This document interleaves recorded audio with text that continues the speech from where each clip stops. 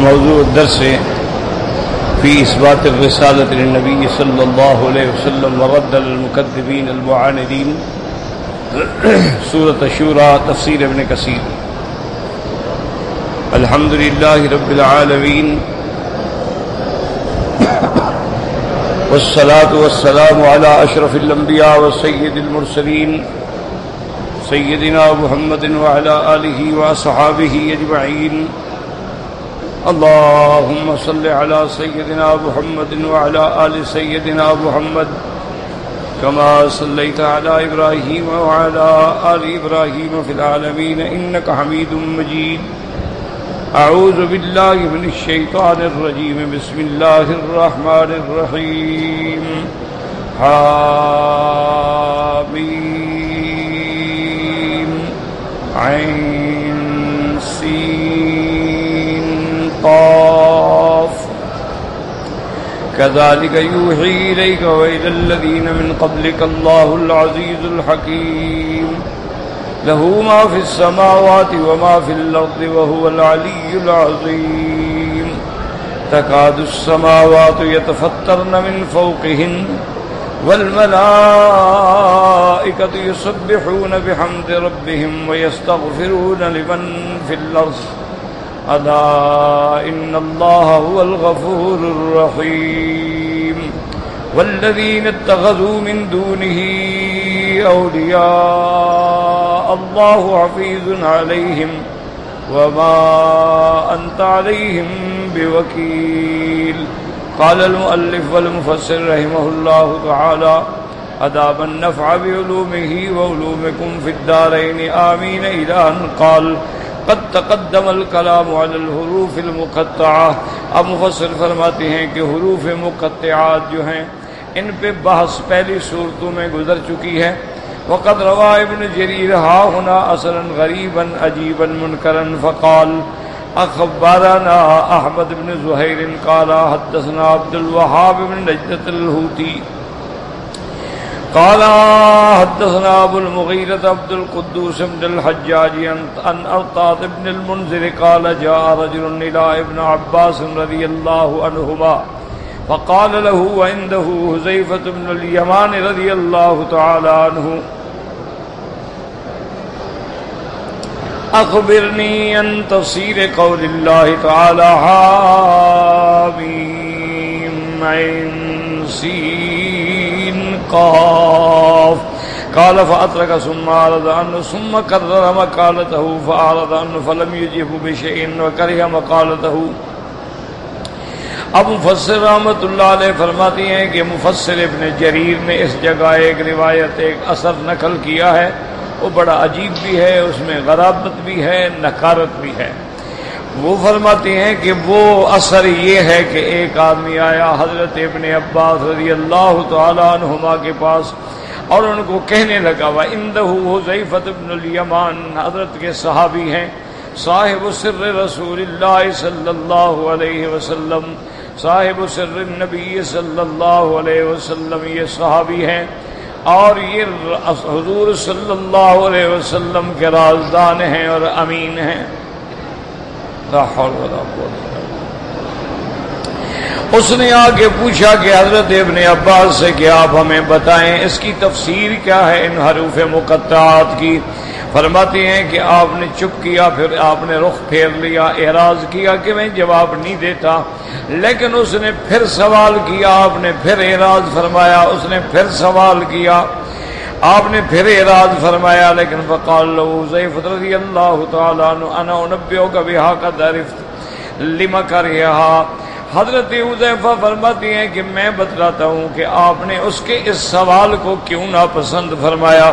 وَنَظَرَ فِي رَجُلٍ مِّنْ أَهْلِ بَيْتِهِ يُقَالُ لَهُ عَبْدُ الْإِلَٰهِ وَعَبْدُ اللَّهِ يَنظُرُ عَلَىٰ نَهْرٍ مِّنْ أَنْهَارِ الْمَشْرِقِ تُبْنَىٰ عَلَيْهِ مَدِينَتَانِ يَشُقُّ النَّهْرَ بَيْنَهُمَا شَقًّا فَإِذَا أَذِنَ اللَّهُ تَبَارَكَ وَتَعَالَىٰ فِي زَوَالِ مُلْكِهِمْ وَانْقِطَاعِ دَوْلَتِهِمْ وَمُدَّتِهِمْ بعث الله عز وجل على إحداهما نارا ليلا فتصبح سوداء مظلمة وقد احترقت كأنها لم تكن مكانها وتصبح صاحبتها متعجبة كيف أفلتت فما هو الا بهذا اليوم ذلك حتى يجتمع فيها كل جبار عنيد منهم ثم يخسف الله بها وهم جميعا فذلك قوله تعالى حامیم سین کاف یعنی عظیمۃ من اللہ تعالی وفطرۃ وقضاء حامیم یعنی عدلا منہ سین یعنی سیکون کاف یعنی واقع بہاتین للمدینتین واغرب منہما رواہ الحافظ۔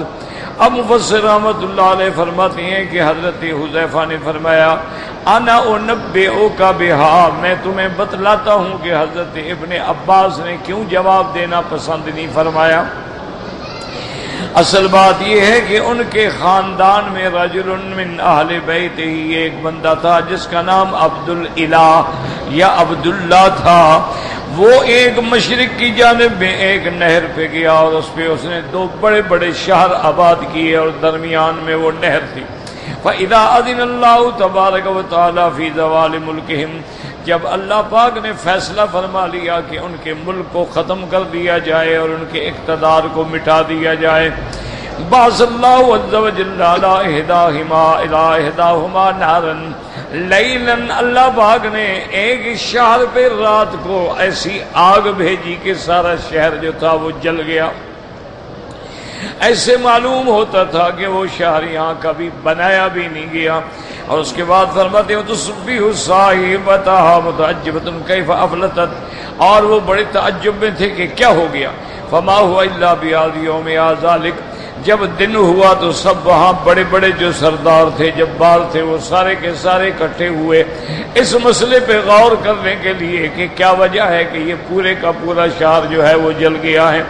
جب وہ سارے اس دوسرے شہر میں اکٹھے ہوئے تو اللہ نے حکم دیا ان کو بھی زمین نگل گئی۔ ثم یخسف اللہ بها وهم جميعا، اس لیے فرماتی ہیں کہ اسی میں اشارہ ہے حامیم سین کاف، یعنی اللہ کی طرف سے عظیمت ہے، اللہ کی طرف سے امتحان اور قضا ہے۔ حامیم عین یعنی عدلا منہ، سین کا معنی سیکون ان قریب ہوگا، کاف کا معنی واقع بہاتین المدینتین یعنی ان پر جو عذاب آیا، ایک رات میں برباد ہو گیا اور ایک دن میں شہر برباد ہو گیا۔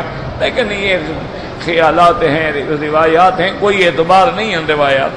وأغرب منه ما رواه الحافظ أبو يعلى الموصلي في الجزء الثاني من مسند ابن عباس رضي الله عنه عن أبي ذر رضي الله عنه عن النبي صلى الله عليه وسلم في ذلك، ولكن اسناده ضعيف جدا ومنقطع۔ حافظ ابو یعلا موصلی رحمت اللہ علیہ نے بھی اپنی کتاب میں روایت نقل کی ہے، لیکن وہ بھی ناقابل اعتبار ہے، اس کی سند میں ضعف بھی ہے اور انقطاع بھی ہے۔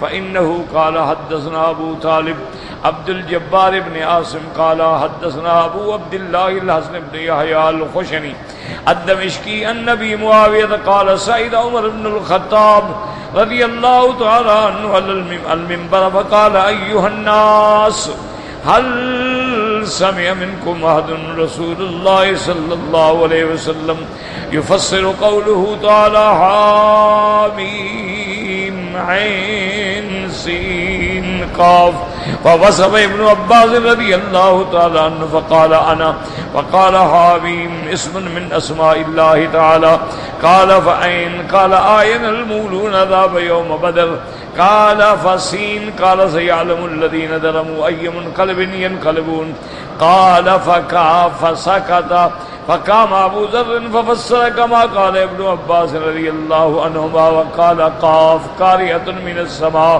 تغشی الناس۔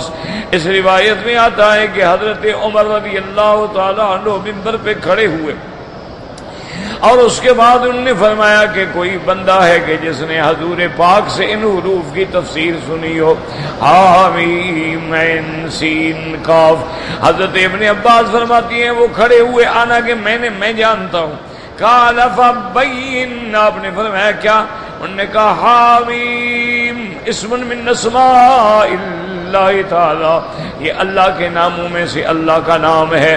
انہوں نے کہا کہ عین سے کیا مراد ہے؟ انہوں نے کہا آین المولون ذاب یوم بدر، کہ بدر والے دن کفار مشرکین جنہوں نے اعراض کیا تھا میرے مدنی پاک سے، اپنے آنکھوں سے عذاب کو دیکھ لیا. انہوں نے کہا اچھا سین کا کیا معنی ہے؟ فرمایا سیعلم الذین ظلموا، ظالم مشرک جان لیں گے کہ ان کا کیا حشر ہونے والا ہے.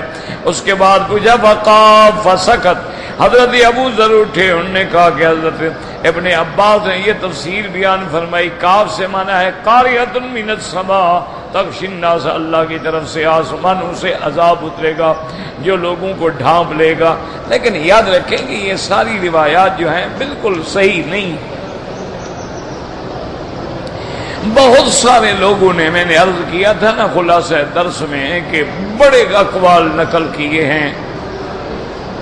بعض کہتے ہیں کہ یہ اللہ کے ناموں کی طرف اشارہ ہے، بعض کہتے ہیں کہ نہیں. بعض آیات میں مثلا الف لام میم، وہ کہتے ہیں الف سے مراد اللہ ہے، لام سے مراد جبرائیل ہیں، اور میم سے مراد محمد مصطفیٰ صلی اللہ علیہ وسلم. یعنی اللہ نے قرآن اتارا، جبریل لایا اور محمد مصطفیٰ پہ اتارا. حامیم وہ کہتے ہیں اس کا معنی جو ہے حم الامر وجاء النصر، کہ اللہ کا حکم آ گیا، اللہ کی مدد آ گئی. حضور پاک نے صحابہ کو فرمایا تھا کہ جب جنگ ہو اور دشمن سے مقابلہ ہو تو یہ پڑھا کرو حم الامر وجاء النصر فعلينا لا ينصرون، تو اللہ کی رحمت سے دشمن تم پہ غالب نہیں آئیں گے. انہوں نے کہا حامیم کا معنی یہ ہے کہ ہم الامر. اور بعض علماء کہتے ہیں حامیم، ہا حنان اللہ کا نام ہے، میم منان اللہ کا نام ہے. اسی طرح کسی جگہ پہ آتا ہے الف لام میم را، وہ فرماتے ہیں الف سے مراد اللہ ہے، وہ میم سے مراد محمد الرسول اللہ ہے، اور را سے مراد اللہ کا قرآن ہے. تو یہ ساری باتیں ہیں، اس میں کوئی حقیقت نہیں. اور ان اقوال میں آپ جتنا الجھیں گے اتنا آپ اور زیادہ پریشان. اس لیے ہمیشہ جتنے بڑے بڑے مفسرین علماء گزرے ہیں ان سب نے یہی کہا کہ اللہ اعلم بمرادہ بذالک، اس کا ترجمہ اللہ جانتے ہیں، بس بات ختم. اور ویسے بھی ایک بات اصولاً یاد رکھ لو، قرآن جب پڑھو اللہ نصیب کرے، کہ مفسرین فرماتے ہیں ابہموہ کما ابہمہ اللہ، کہ جس بات کو اللہ نے مبہم رکھا، اللہ نے بیان نہیں کیا، تم بھی بحث میں نہ پڑھو. یعنی اللہ نے اس کو واضح نہیں کیا، تم بھی خواہ بلا وجہ بحث میں نہ پڑھو. اب جیسے دیکھیں اصحاب کہف کا واقعہ کتنا بڑا مشہور واقعہ ہے، قرآن میں موجود ہے، حتیٰ کہ سورت کا نام بھی سورت الکہف ہے.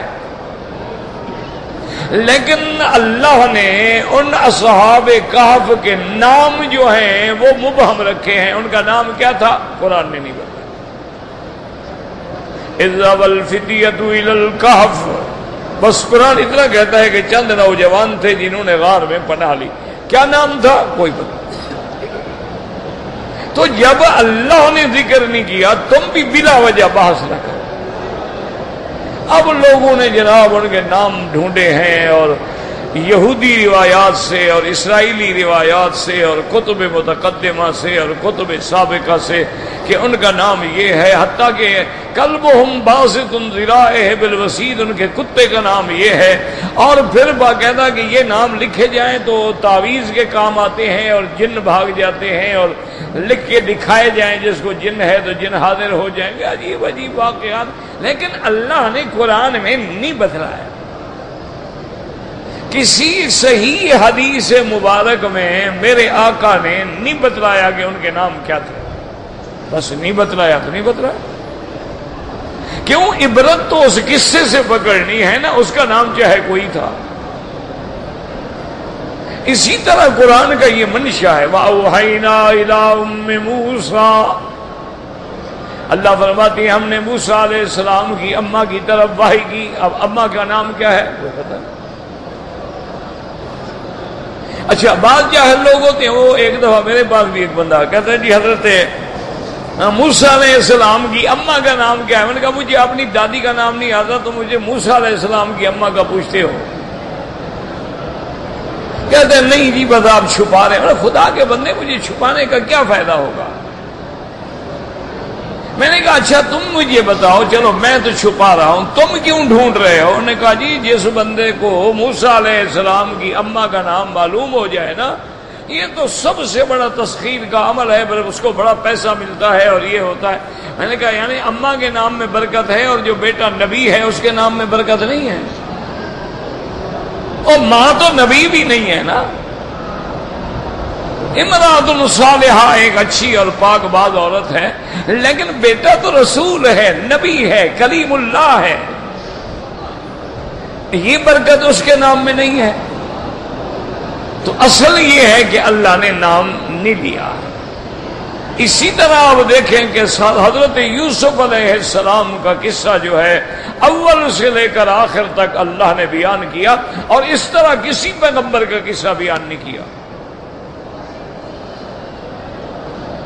یعنی ایک صورت میں اور ایک تفصیل سے اول سے لے کر آخر تک۔ لیکن جب آیا ان کے بھائیوں کا قصہ تو اللہ نے نام نہیں لیا۔ اخوت یوسف، یوسف کے بھائی، ان کے، اور بار بار آیا کہ ان کے بھائی آئے، والد کے پاس آئے، ان سے درخواست کی مہربانی کریں حضرت یوسف کو ہمارے ساتھ بھیج دیں، ارسلہ معنا، ہم جائیں گے، کھیلیں گے، پکنک منائیں گے، واپس آ جائیں گے۔ یعنی کئی دفعہ آیا ہے۔ اچھا پھر بھائی یوسف علیہ السلام کے پاس کئی دفعہ آتے ہیں، نام نہیں ہے۔ جا اخوت یوسف فدخلوا علیہ فعرفہم، قرآن کہتا ہے یوسف کے بھائی آئے یوسف کے دربار میں، آپ نے پہچان لیا لیکن وہ نہ پہچان سکے۔ اب جناب لوگوں نے سابقہ روایات میں نام ڈھونڈے ہیں، اور ڈھونڈ کے انہوں نے کہا جی ان کا حقیقی بھائی تھا اس کا نام بنیامین تھا، اور جو باقی میں کچھ معتدل تھا اس کا نام یہودا تھا۔ یہ ساری روایات اسرائیلیہ ہیں، یہودی روایات ہیں جن نے تورات بدل ڈالی ہے، وہ تمہیں کوئی صحیح بات بتائیں گے؟ اللہ نے نام نہیں لیا، بس ٹھیک ہے، نام کی ضرورت کیا ہے؟ یوسف کے بھائی۔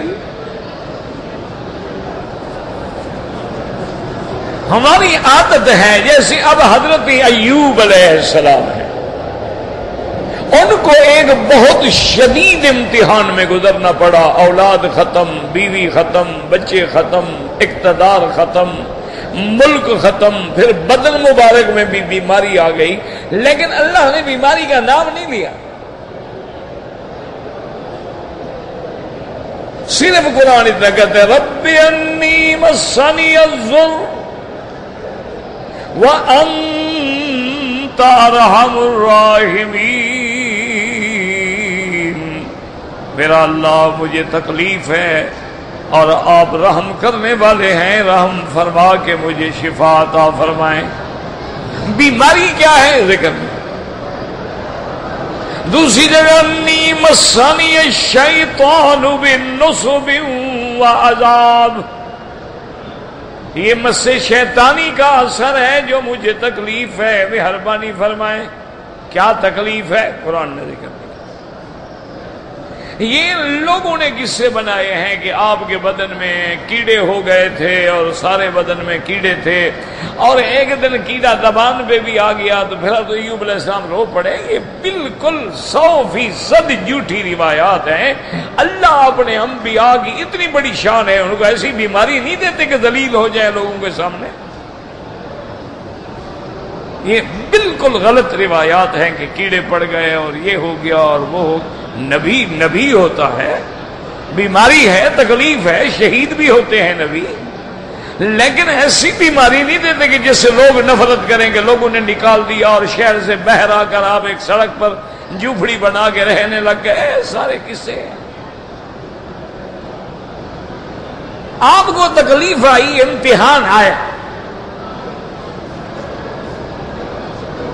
اور اس کے بعد پھر اللہ تبارک و دیکھیں نا، حالانکہ اللہ نے ان کی بیوی کا ذکر کر دیا، نام نہیں لیا، آپ نے بیوی کو کوڑے مارنے کی قسم کھا لی، اس کا ذکر فرما دیا لیکن بیوی کا نام نہیں لیا۔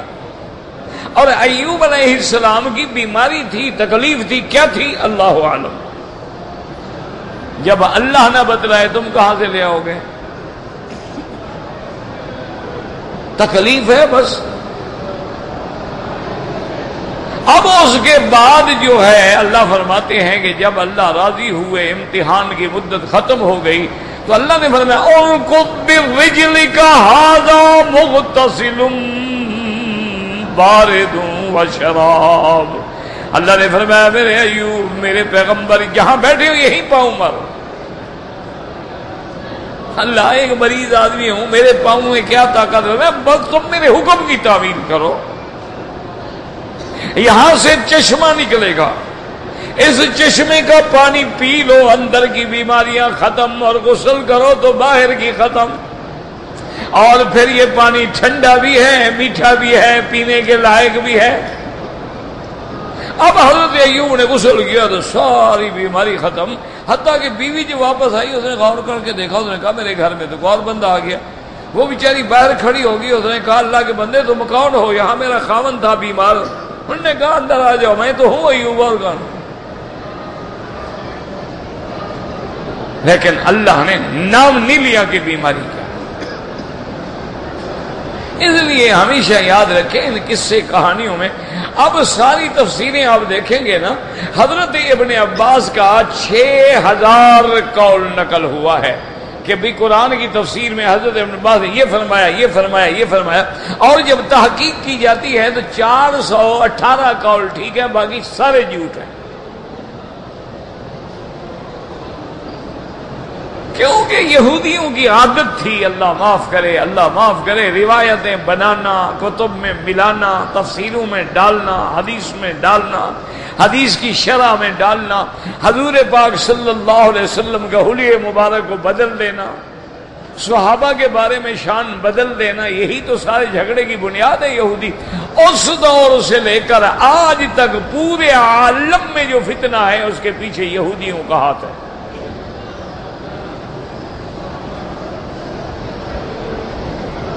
جتنے فتنے ہیں، یہ جتنے فرقے پیدا ہوئے ہیں نا جی، شیعہ ہیں، خارجی ہیں، ناصبی ہیں، قدریہ ہیں، کرامیہ ہیں، جہمیہ ہیں، مشبہہ ہیں، معتزلہ ہیں، یہ جتنے فرقے ہیں پیچھے یہودی۔ عبداللہ ابن سبا کون تھا؟ یہودی۔ حسن ابن الصباح کون تھا؟ باطنیہ کا جو بڑا تھا وہ کون تھا؟ یہودی۔ اسی طرح خوارج کی ابتدا کرنے والا کون تھا؟ یہودی۔ ابھی جہمیہ والا کون تھا؟ یہودی۔ یہ جتنے فتنے، اچھا اور آج بھی دیکھ لو جتنے اسلامی ملکوں میں عذاب ہیں پیچھے یہودی۔ پورے عالم میں آپ دیکھ لیں، کبھی سونا مہنگا ہو گیا، کبھی سستا ہو گیا، کبھی ڈالر مہنگا ہو گیا، کبھی سستا ہو گیا، کبھی یورو مہنگا ہو گیا، کبھی سستا ہو گیا، کبھی کریش مارکیٹیں، سٹاک مارکیٹیں کریش کر جاتی، ساری یہودی گیم ہے۔ چونکہ لیور آف اکانومک جو ہے ان کے ہاتھ میں ہے، اقتصادیات کا جو میٹر ہے ان کے ہاتھ میں ہے، جہاں چاہیں گھما دیں، ادھر گھما دیں، ادھر گھما دیں۔ اب تو جنگیں لڑنے کا وقت ہی چلا گیا ہے، تو پتہ نہیں ہمارے لوگوں کا دماغ خراب ہو گیا، ڈنڈے مارنے سے بھی کبھی مسئلے حل ہوتے ہیں بتا۔ اب تو علم کی لڑائی ہے، عقل کی لڑائی ہے، اور بدقسمتی یہ ہے کہ سارے علم کے اصل وارث علماء تھے، علماء اسلام تھے۔ ساری دنیا نے مسلمانوں سے علم لیا۔ یورپ میں جب تہذیب نہیں تھی تو مسلمان متمدن تھے، تمام یورپ نے جو علم حاصل کیا مسلمانوں کی کتابوں سے حاصل کیا، اسپین میں آگے کتابوں سے حاصل کیا، غرناطہ کے کتب خانوں کو کنگھال ڈالا، اور جتنے بڑے پہلے موجد گزرے ہیں سب دیکھ لیں، ابن سینا ہے، رازی ہے، حیان ہے، سب مسلمان تھے۔ لیکن جب سے مسلمان تویز میں چکر میں پڑ گئے، ہر چیز چھوڑ دی، اب مار کھا رہے۔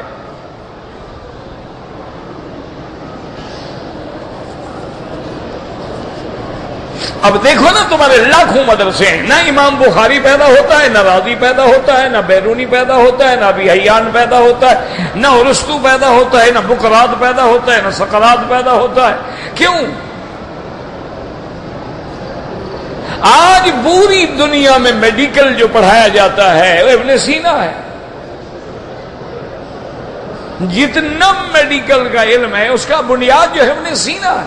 اس نے جو کتابیں لکھی، القانون ہے، نفیسی ہے، یا بعد کے علماء نے الطب الاکبر ہے، سارا اصل وہی ہے. یہ تو سارے اس سے لے رہے ہیں. وجہ کیا ہے کہ جب علم نہ رہا تو ہم یورپ نے علم حاصل کیا، ٹیکنالوجی حاصل کی کہ لاکھوں میل دور بیٹھے ہوئے تیری تصویر اتار لیں، لاکھوں میل دور بیٹھے ہوئے صرف فوکس کر دیں. تم گھر میں جو کھاتے ہو، جو پیتے ہو، بیوی کے ساتھ سوتے ہو، وہ بھی دیکھ رہے ہیں.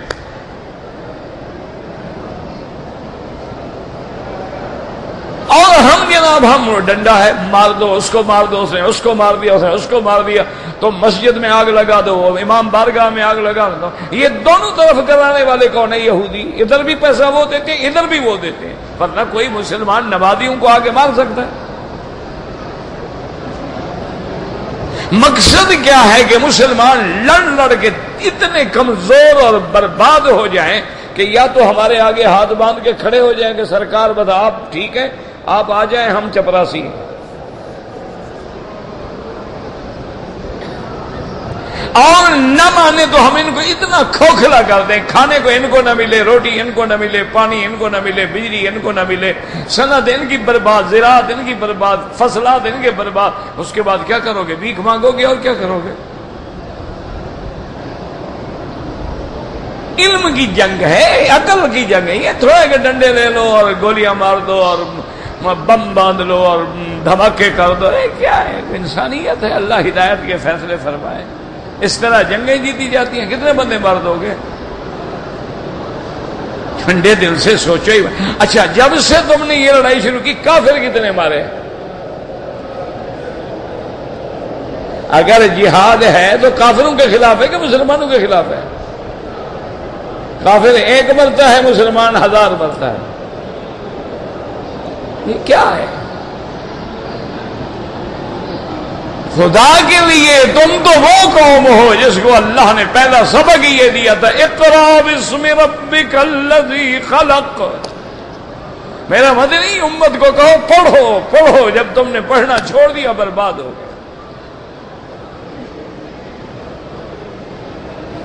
آج قرآن پڑھتے ہیں جن کو کچھ آتا ہے نا، وہ بھی اس لیے کہ مردے کو بخشوا دیں، کیونکہ زندگی میں تو پڑھتا نہیں نا، مرنے کے بعد پڑھوا رہے ہیں اس کو. اچھا، یہاں قابو نہ آئے تو قبر پہ بیٹھ جاؤ، 2-4 کرائے کے حافظ بٹھا دو کہ جب قبر سے نکلے تو اس سے پوچھیں کہ کتنا پڑھا. اور جس نے زندگی میں نہیں پڑھا ہے اس کی قبر پہ بیٹھے گا. وہ ایک مثال مشہور ہے نا جی، کہ وہ ایک آدمی گیا قبرستان میں، اس نے دیکھا کہ بھائی قبر ہے تازہ، ایک طرف تو حافظ بیٹھے ہوئے ہیں، اور جو حافظ بھی تو شد بیچارے کرائے پہ ملتے ہیں نا، چونکہ ہدیہ تم دیتے نہیں، روٹی تم دیتے نہیں، وہ کیا کریں گے؟ وہ بھی تو انشاءاللہ پھر یہی کریں گے نا. 30 7 جو آتے ہیں، روٹی تو کھانی ہے نا، پیٹ تو ان کے بھی ساتھ لگا ہوا ہے نا. یہ دیکھو اس ملک میں ایمان سے غور کرو، جو ایک امام حرم کی شان ہے، بادشاہ بھی کھڑے ہو کے استقبال کرے گا. اس کو وہی پروٹوکول ملتا ہے جو تمہارے کسی منسٹر کو بھی نہیں ملتا ہے. وہ آئے تمہارے پاس کبھی جمعرات کھانے کے لیے، کبھی چلیسواں دیکھنے کے لیے. ان کو اللہ نے اتنا شان سے رکھا ہے، ضرورت نہیں جھوٹے مسئلے بنانے کی. جب آپ ہمیں وقت پر عزت نہیں دیں گے، کھانا نہیں دیں گے، تنخواہ نہیں دیں گے، ہدیہ نہیں دیں گے، تو ہمارے بیوی بچے بھی تو ہیں نا. تو اس لیے ہم کہیں گے بابا جب کوئی مر جائے نا، تیسرے دن کل خوانی بڑی ضروری ہے. کل شریف نہیں کرو گے نا تو مردہ کی روح جو ہے نا سے پھرتی رہتے، ساری رات گھر میں پھرتی رہے گی، پھر تمہیں بھی آ کے لے جائے گی پکڑ کے.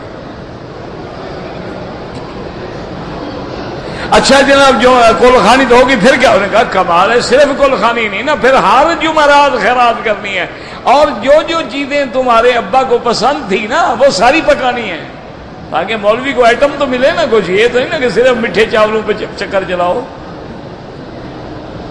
وہ کہتے ہیں بابا دیکھو نا تمہارے ابا کو کیا کیا پسند تھا، بریانی پسند تھی ان کو، جناب شیرنی پسند تھی، آئس کریم پسند، سارے آئٹم ہونے چاہیے، کیوں ہم نے تمہارے ابے کو کھلانا ہے، بظاہر ہم کھا رہے ہیں، ڈال تو تمہارے ابے کے اندر رہے ہیں۔ انہوں نے کہا جناب بالکل حاضر، 7 جمعرات اس کے بعد انہوں نے کہا کمال کرتے ہو یار، 40واں تو لازمی ہے نا، 40واں جو 40 دن جو گزر گئے، عورت بھی پاک ہو تو چلنا ضروری ہے، مر جائے بندہ تو 40واں ضروری ہے۔ یہ کوئی نئی قوم ہے جس نے مسئلے بنائے ہیں۔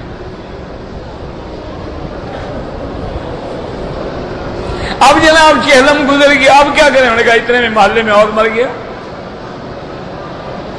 پھر اس کے کول شروع ہو گئے۔ انا للہ و انا الیہ راجعون۔ اس لیے ہمیشہ یاد رکھو کہ یہ سارے جھگڑے کیا ہیں؟ جہالت ہے، علم نہیں ہے۔ اگر تم نے کفر کا مقابلہ کرنا ہے تو علم علم علم، اور کوئی مقابلہ نہیں۔ نہ ایمان سے کہو بپسی تم ان کی پیتے ہو، برگر تم ان کا کھاتے ہو، پیزا ان کا کھاتے ہو، اس کے بعد یہ جناب چیز جو آتی ہے یہ ان کی کھاتے ہو، مکھن ان کا کھاتے ہو، مرغیاں ان کی کھاتے ہو، کپڑے ان کے پہنتے، ان سے لڑو گے؟ عقل کرو، ہر بلا تو اندر ان کی ہے، وہ تو تمہارے محسن ہیں، تم پہ نمک حرامی کیسے کرو گے؟ لائنیں لگی ہوئی ہیں، غریب کو روٹی نہیں ملتی ہے، اور 400 500 600 روپے کا ایک برگر ہے، اور کاریں لائن میں کھڑی ہیں، نمبر نہیں مل رہا ان کو دینے کا۔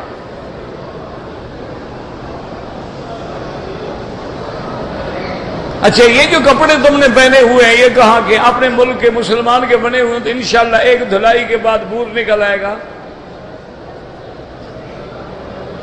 اپنے ملک کی کپاس بیچنی ہو، اندر اینٹیں رکھ کے بھیج دیتے ہیں تاکہ وزن زیادہ ہو جائے۔ آئندہ کون خریدے گا؟ ابھی ایک دفعہ تو دھوکہ کھا گیا نا وہ، آئندہ کون لے گا تم سے؟ گندم بیچنی ہو، اندر ماشاءاللہ باقاعدہ اس پر پانی ڈالا ہوتا ہے تاکہ وزن بڑھ جائے، وہ جاتے جاتے بدبو ہو جاتی ہے، دوبارہ تمہیں کون خریدے گا؟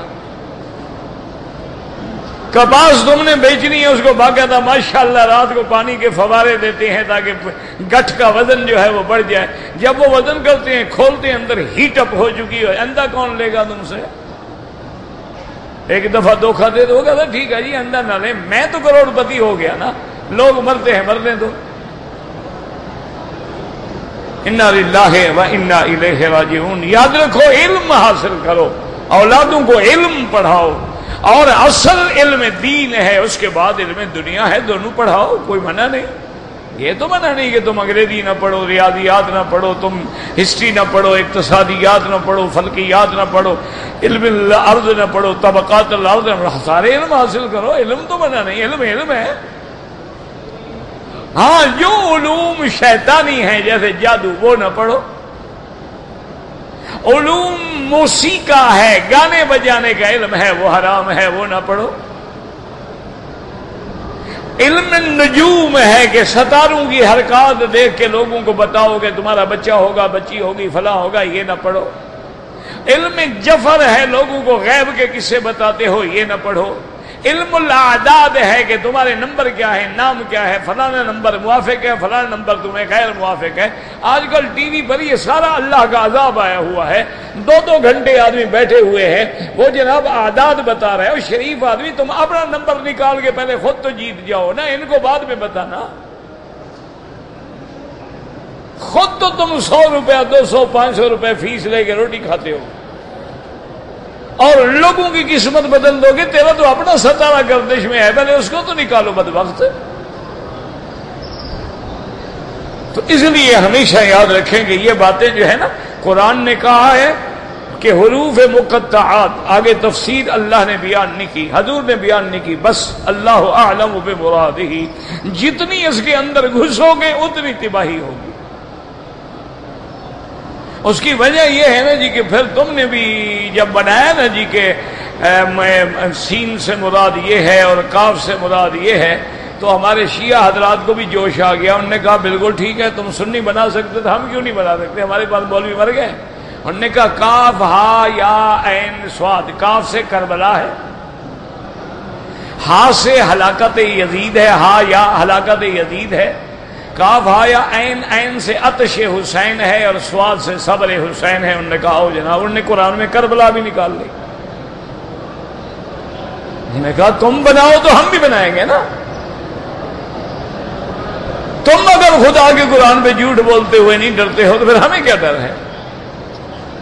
انہوں نے کہا تم اذان میں جوڑ لگا رہے ہو کہ جی پہلے درود تاج پڑھو اور پھر صلاۃ و سلام پڑھو اور پھر جناب اذان کہو، پھر اس کے بعد پھر صلاۃ و سلام پڑھو۔ انہوں نے کہا ایک ٹکڑا پہلے تم نے بڑھا دیا، ایک تم نے بعد، ہم اندر بڑھاتے ہیں، علی ولی اللہ وسیع و رسول اللہ خلیفۃ بلا فضل اللہ اکبر، انہوں نے بڑھا دیا۔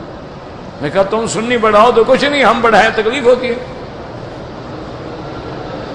اگر اہل سنت والجماعت اسی اذان پہ قائم رہتے جو اذان بلالی تھی تو کسی کی جرت تھی کہ تبدیلی کرتا؟ جب تم نے بدلا ہے تو پھر دشمن کو بھی حق ہے، پھر چڑنے کی کیا بات ہے؟ ٹھیک ہے، جب تمہارے دولت مند آدمی مولویوں کو بلاتے ہیں، شادی کرتے ہیں، نکاح کرتے ہیں، پیسے خرچ کرتے ہیں، 2 مہینے کے بعد 3 مہینے کے بعد وہ استعمال ہو گئی، وہ اس کے بعد اس کو طلاق دے دیتے ہیں، پھر جناب اور کسی غریب کی لڑکی لے آتے ہیں۔ جب تمہارے مولویوں نے ایسے نکاح جائز کیے ہوئے ہیں پیسے لینے کے لیے، جب پتہ ہے کہ یہ تو شریف آدمی نکاح کر کے اس بہانے کے ساتھ لوگوں کی عزتیں خراب کر رہا ہے، تو انہوں نے کہا ٹھیک ہے جناب، پھر ہم متے کی اجازت دیتے ہیں، نکاح کی بھی ضرورت نہیں، مولوی کی بھی ضرورت نہیں، گواہوں کی بھی ضرورت نہیں، خود عورت سے کنٹیکٹ کر لو۔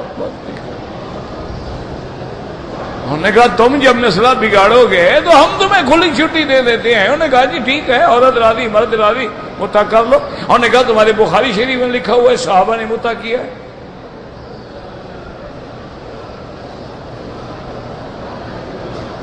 اب یہ کون بتائے اللہ کے بندے، بخاری میں تو یہ بھی لکھا ہوا ہے کہ صحابہ نے شراب پیا ہے، یہ تو حرام ہونے سے پہلے کی بات ہے نا، بات تو ہے کہ حرام ہونے کے بعد دکھاؤ۔ ابتدا میں تو آپ کہیں جی صحابہ نے تو نماز جماعت سے مکے میں نہیں پڑھی، ٹھیک ہے، وہ تو جا کے انتظامی مدینے میں ہوا۔ کوئی آدمی کہے جی وہ تو ساری حدیثوں میں لکھا ہوا ہے مکے میں تو حضور پاک نے جمعہ شروع ہی نہیں کیا، اور حضور قباء میں رہے تو جمعہ نہیں پڑھا، مسجد بنی عوف میں پہلا جمعہ پڑھا گیا۔ تو یہ باتیں نہیں ہوتی ہیں۔ اب یہ تو ایک علم والا جانتا ہے نا، جاہل کیا کرو، کیا کہ بخاری شریف میں لکھا ہوا ہے۔ تو اس طرح تو کوئی اگر کہے کہ خنزیر کا نام قرآن میں لکھا ہوا ہے لہذا حلال ہو گیا،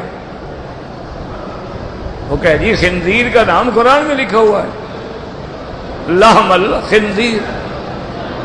اچھا ایسے بھی منکر پیدا ہوئے، انہوں نے کہا قرآن کہتا ہے لحم الخنزیر، خنزیر کا گوشت حرام ہے۔ انہوں نے کہا گوشت حرام ہے نا، چربی تو حرام نہیں نا، ہڈیاں تو حرام نہیں نا، چمڑا تو حرام نہیں نا، بال تو حرام نہیں، ہم بالوں کے برش بنا کے شیو کریں گے۔ اللہ نے فرمایا میرے نبی کی سنت مٹاؤ، میں سور کے بال تمہارے منہ پہ پھرواؤں گا۔ سب سے مہنگا برش جو ہوتا ہے نا وہی ہوتا ہے جس میں خنزیر کے بال ہوتے ہیں۔ بڑے آدمی تو پھر مہنگا استعمال کرتے ہیں نا۔ دانتوں کا جو برش ہے نا سب سے مہنگا، اس میں خنزیر کے بال ہیں۔ اس لیے میرے عزیز خدا کے لیے علم حاصل کرو اور اپنے اپنے محلے کے اندر کوشش کرو سمجھانے کی۔ اب فرماتی ہوں وَقَوْلُهُ عَزَّ وَجَلَّ كَذَلِكَ يُوحِي إِلَيْكَ وَإِلَى الَّذِينَ مِن قَبْلِكَ اللَّهُ الْعَزِيزُ الْحَكِيمُ اے کما انزل الیک ھذا القرآن، میرے مدنی جیسے ہم نے آپ پہ قرآن اتارا ہے اس سے پہلے بھی ہم نے کتابیں اتاری ہیں، انبیاء پہ کوئی نئی بات نہیں۔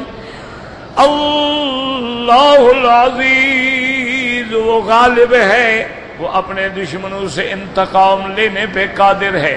واللہ عزیز ذو انتقام، الحکیم فی اقوالہ وافعالہ، وہ اپنے ہر قول میں ہر فعل میں حکمت والا ہے۔ اللہ ہمیں قرآن پہ عمل کرنے کی توفیق دے، اور دعا کریں اللہ عالم اسلام پہ رحم فرما دے، اللہ ہمارے گناہ معاف فرما، اللہ حضور کی امت پہ رحم فرما۔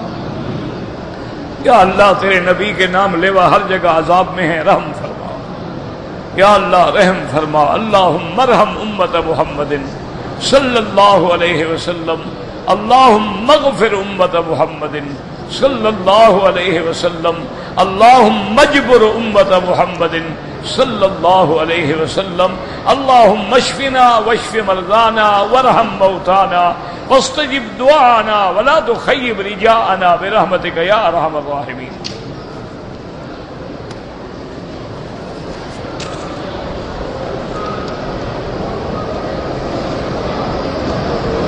بہرحال جب فجر کی نماز پڑھنے کے بعد میں نے کپڑوں کو دیکھا تو خون لگا ہوا تھا، اس نماز دوبارہ لوٹاؤ۔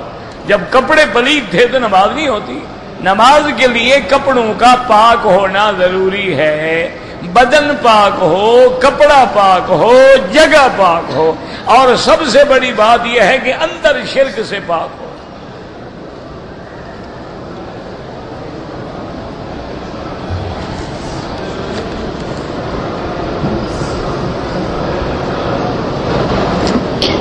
اگر ایک آدمی نے روزہ رکھنا تھا، سحری کے وقت آنکھ کھلی، اس کو احتلام تھا، غسل نہیں کیا، اسی حال میں ساری کھا کے نیت کر لی، غسل بعد میں کیا، کوئی حرج نہیں، کوئی مسئلہ نہیں۔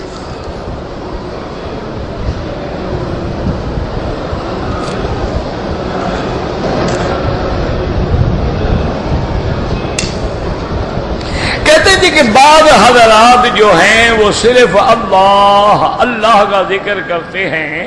میرا بھائی یاد رکھو، اصل ذکر ہے لا الہ الا اللہ محمد الرسول اللہ، افضل الذکر لا الہ الا اللہ محمد الرسول اللہ۔ یہ بعض بزرگان جو ہے نا، ان کے طریقے ہوتے ہیں کہ اس کے دماغ میں، دل میں، زبان میں ذکر کی ایسی کثرت ہو کہ ذکر جم جائے۔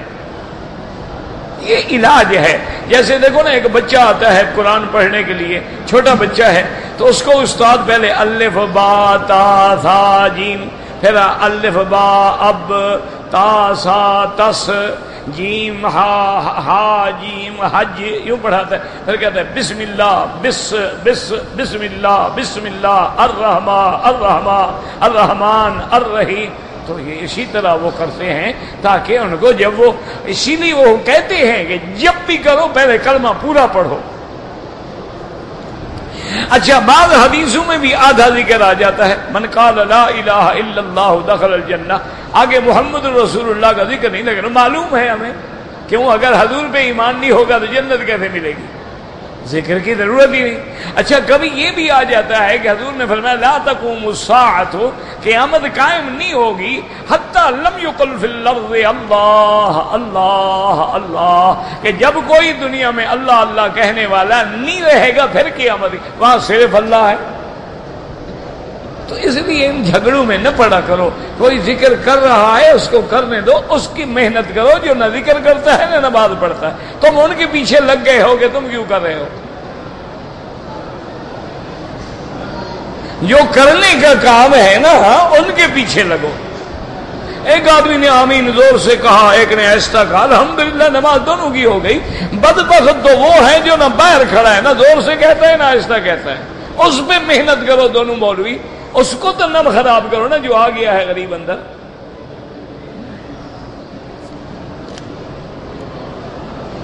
ایک گاڑی کی قیمت نقد میں 5 لاکھ ہے، اگر اس کی قسطیں ادا کی جائیں، مثلا قسط میں قیمت 1 لاکھ بڑھ گئی، یہ جائز ہے کہ نقد میں 10 ریال، ادھار میں 15 ریال۔ اب گویا یہ کتاب تم نے خریدی ہی 15 ریال میں ہے، لہذا جائز ہے، منع نہیں ہے، لیکن کوشش کرو اس سے بھی بچو۔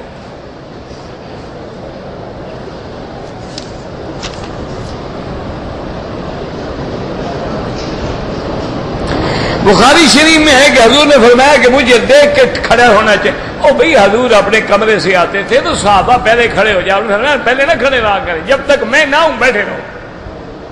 تو ہر بات کو سمجھا بھی تو کرو نا۔ حدیث تو تمہیں آ جاتی ہے لیکن مانا بھی آتا ہے کہ حدیث کا مانا کیا ہے۔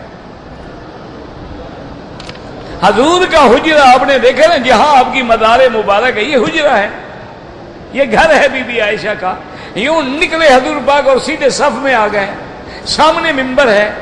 تو صحابہ پہلے استقبال کے لیے کھڑے ہو جاتے، نہیں بیٹھے رہا کرو، لا تقوموا حتی ترونی، جب تک میں نہ آؤں باہر کیوں کھڑے ہو جاتے ہو؟ وہ تو ایک ہدایات ہیں.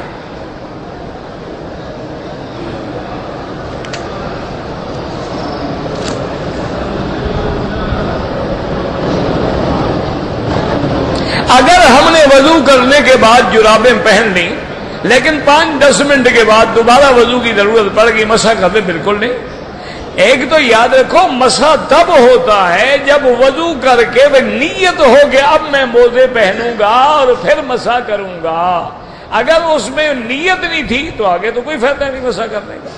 ایک دوسرا، موزے وہ ہوتے ہیں جن کے اندر پانی داخل نہ ہو، وہ چمڑے کے ہوں یا اتنے گاڑے ہوں جن کو پہن کے بغیر جوتے کے تم چل سکتے ہو. لیکن بعض ائمہ لفظ جو ہے جراب سے عام جراب کو بھی جائز سمجھتے ہیں، لیکن امام ابو حنیفہ رحمۃ اللہ علیہ فرماتے ہیں کہ جراب یہ دیکھو حضور کے زمانے میں کون سی جراب تھی، ایسی ہے تو کرو.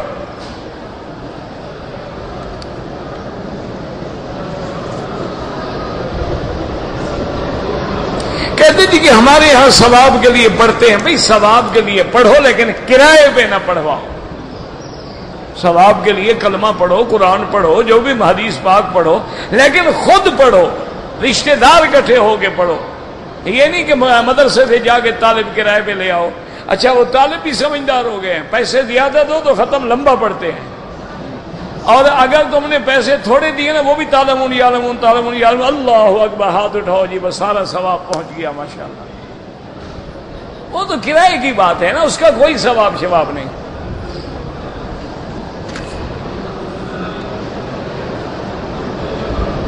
اگر ہم نے ظہر کے بعد جانا ہے، پہلے طواف کر لیں، کوئی بات نہیں، طواف الوداع پہلے بھی کر سکتے ہیں، کوئی منع نہیں. اور عمرے والوں پر تو طواف الوداع واجب ہی نہیں ہے.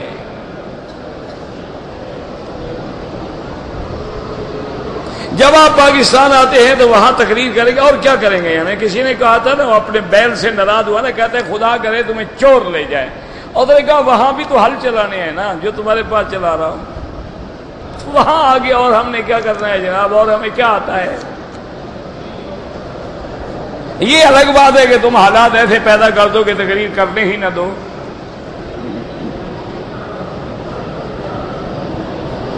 ایک فقیہ کہتا ہے کہ عورت کو 3 طلاق ہو جاتی ہے. ایک فقیہ نہیں کہتا، جمہور کا یہی مسئلہ ہے.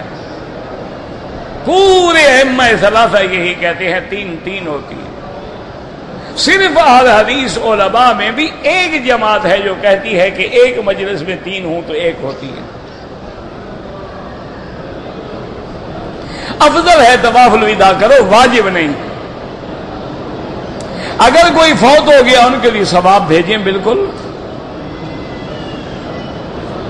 اگر عورت عمرے پہ آئے، گھر میں نماز ہوٹل میں افضل ہے، لیکن حرم میں پڑھے تو منع نہ کریں.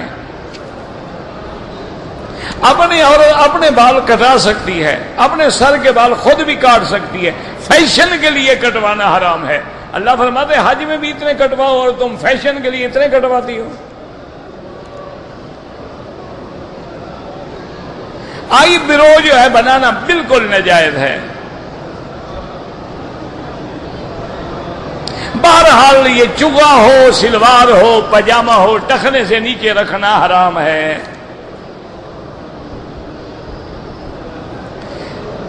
بہرحال عشاء کے بعد مجھے مل لیں، علیحدہ مل لیں.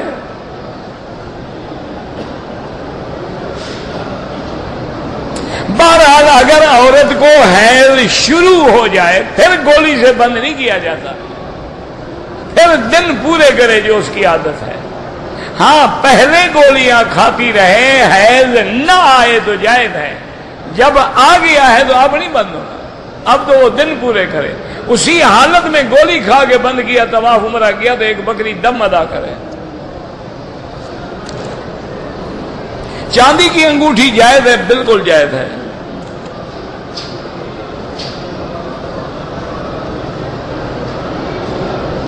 بہرحال آپ دیکھ لیں کہ اگر اس کے ایام دن حیض کے پورے ہو گئے پاک ہو گئی، غسل کیا، عمرہ کیا، ٹھیک ہے، داڑھی کی مقدار کم از کم 1 مشت ہونی چاہیے۔